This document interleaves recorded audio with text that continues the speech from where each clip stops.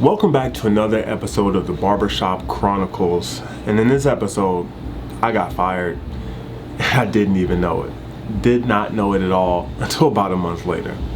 Let's get into this story. As barbers, you all know that people can hire you and fire you at a moment's notice. A lot of clients will fire you by voting with their feet and simply leaving and not patroning your business any longer.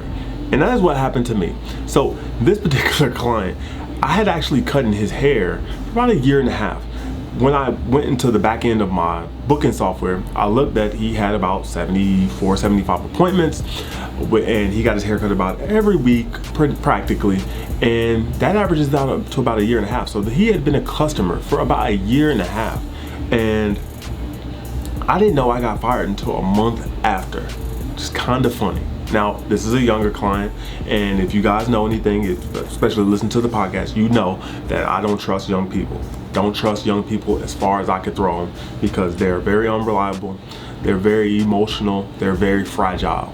And these types of people, I don't like dealing with. I don't like, honestly, putting too much stock or faith into. I just know, hey, just as how they like to come and go as the wind blows, I'll treat them flimsy as such. Now, this particular client, what had happened was, I can't remember what day exactly it was, but, and I'm gonna have to pull my phone out because I'm gonna be quoting some things from the message. I wanna quote verbatim here, okay? I wanna make sure I'm proper in what I tell you guys.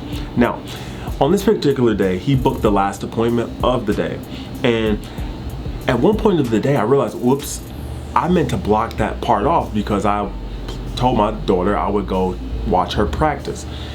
And if any of you guys are parents out there, you know how valuable it is spending time with your kids. If you tell them that you're going to do something, you want to follow through with your promises. Now, once I noticed that, I told my client, hey, can we bump your time up? I forgot to block this portion of my schedule off. Now, here we are, found his message. Now, I know many of you as barbers have done this before, of course. Now, he agreed to the time. So let's go to the message. I was like, hey, is there any way you can come in earlier for your appointment today? I forgot to block off that part of my schedule. That is what I said to him. He says, I'll try. I'm at work. As soon as I get off, I'll let you know. He said, what time? I asked him, what time do you get off? He says, normally 4. Can you do 5:45? He says, okay. I say, awesome. See you then. Now, 5:45 comes around. He texts me at 5:19 saying, pulling off now. And then he says, LMAO, amen. This is how backed up traffic is. I'll pay you extra if you stay. Can you? Now, mind you, his original appointment was set for 6:15. And again, I said, how long? GPS says 6:10. I'm like, okay, because I would consider him a long-term client. I say okay, which originally his appointment was for 6:15. He's not gonna show up to 6:10. That still screws me over. So it negates the whole fact that I wanted him to come in early. And I say okay. Now, if any of you guys know me, and so a lot of my clients know this about me, one of the things, money isn't everything for me. So if you try to just throw money at me to make up for whatever, it doesn't work that way. I work off of principles, ethics, morals, integrity. Money, that doesn't move me. So I'm just like, oh, this sucks, Okay, now 6:10 comes around. He's not here. 6:15 comes around, which is his original appointment time. He's not here. 6:20 comes around. He's not here. When I look at my message, at 6:20, I say, I've got to go. I'll catch you next time. And he replies a minute later, 6:21, all right. That was the part where I was just like, okay, everything's copacetic. Let me just go about my day, go watch my daughter's practice, which I just made it like barely with enough time to watch. And me personally, I value my time over anything. I'm not sure how you guys operate.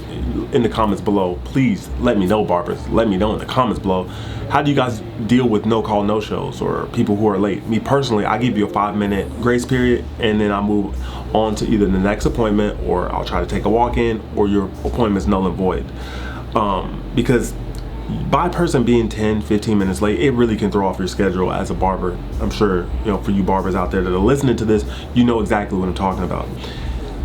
So again, I think everything's copacetic. Now, little update, because you guys have not seen me in a while. The transmission to my car went out, which meant I was without a car for a while, and it forced my hand into getting a newer car. I wasn't happy about that because I was hoping my car would last another year or two. Now, during that month of inactivity where I did not know, where he was, I've been going through like a lot of stuff. Like just a lot of stuff has just been happening. And typically I'm busy anyway. Add all of the extra nonsense to it, I'm just even busier. So a month had gone by, and during this time I was, I think I was without a car for about a week, maybe a week and a half, something like this. Me and my wife were sharing the vehicle. I was using ride share services and things like this, so it was really annoying. But I look up, and it's around July 14th, and I'm like, wait a second.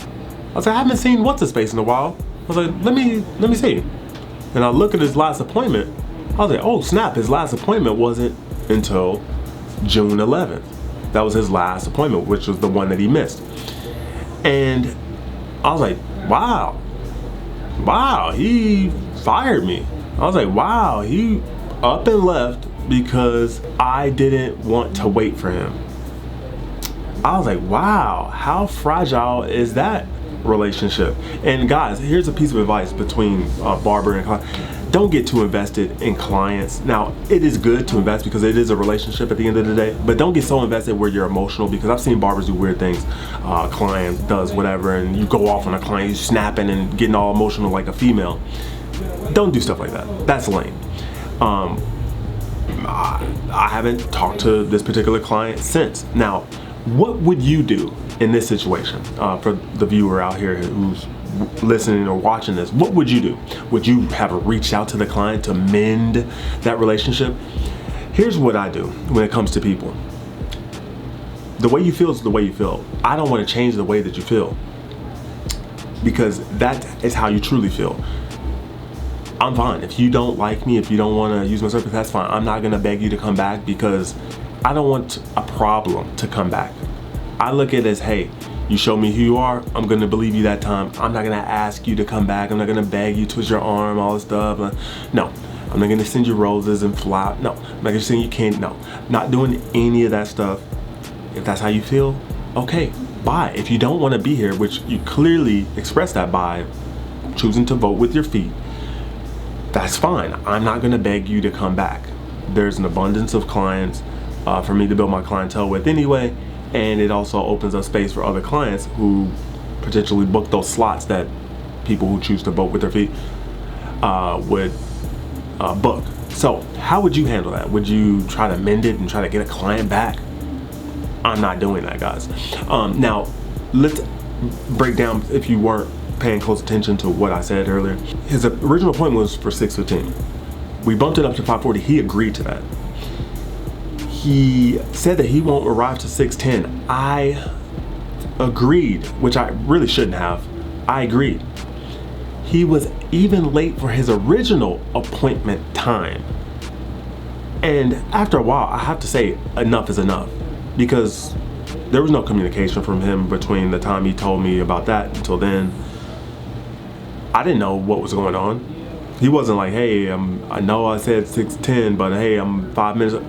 Okay, there's no communication, but again, I don't care. At that point, I've got to go. I've already waited till 6:10, and you said you'd be here at 5:45. It's 6:20. Come on now. No, not gonna happen. And as barbers, you guys know, 5-10 minutes in a haircut is a long time. You can ball someone out, get guidelines put in. You can knock down the hair or cut the top of the hair in 5 to 10 minutes. 10 minutes is a long time in the haircut world, which is why I'm such a stickler about people being late to appointments, because it just pushes the whole schedule back, especially if you're booked tight, booked solid, with no real gaps in your schedule. 5 to 10 minutes can really throw you off. Now, again, share your thoughts on this one in the comments below. I just wanted to share with you guys how I got fired, and I didn't even know it until a month later. Wow, how fragile it is. And of course, this is one of the reasons why I don't trust young people like that. I really don't, because young people are like mercenaries out here. They have no integrity, no morals. They don't have a code. They're just out here just doing what they want because, hey, this is just how I feel. But again, was I right or was I wrong? You guys let me know in the comments below. And also, how would you have handled this situation? I want to know that in the comments below. It's been your man, I do it, signing out. I'll holla.